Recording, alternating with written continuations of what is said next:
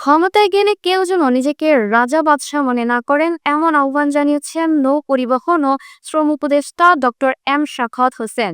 ঠাকুরগাঁওয়ে গণভোট প্রচারণা সভায় তিনি বলেন, রাষ্ট্রপতি ও প্রধানমন্ত্রীর মধ্যে ক্ষমতার ভারসাম্য আনতেই গণভোট জরুরি।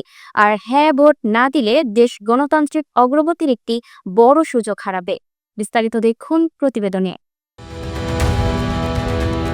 নৌপরিবহন মন্ত্রণালয় এবং শ্রম ও কর্মসংস্থান মন্ত্রণালয়ের উপদেষ্টা ব্রিগেডিয়ার জেনারেল অবসরপ্রাপ্ত ডক্টর এম শাখায়াত হোসেন বলেছেন, যারা শাসন ব্যবস্থা বা ক্ষমতায় আসবেন তারা যেন নিজেদের রাজা বাদশাহ মনে না করেন। আপনি যদি হ্যাঁ ভোট না দেন, আমরা মনে করি আপনি একটি সেঞ্চুরি মিস করবেন।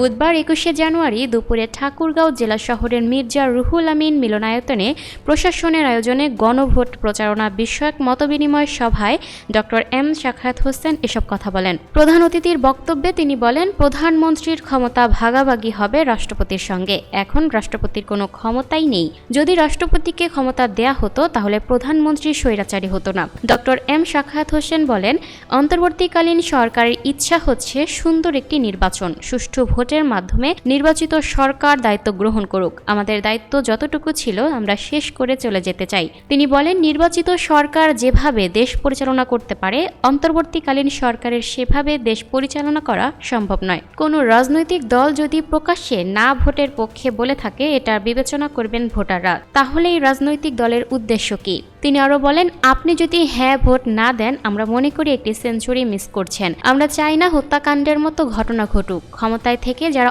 অপব্যবহার করতে চাইবে তারা না ভোটের পক্ষে থাকবে। দেশের ভবিষ্যৎ ও গণতান্ত্রিক পরিবেশ তৈরি করতে হলে হ্যাঁ ভোট দেওয়ার মালিক জনগণ, কোন দল কি বলল সেটা নয়। Lucky Akter, up to date news, Dhaka.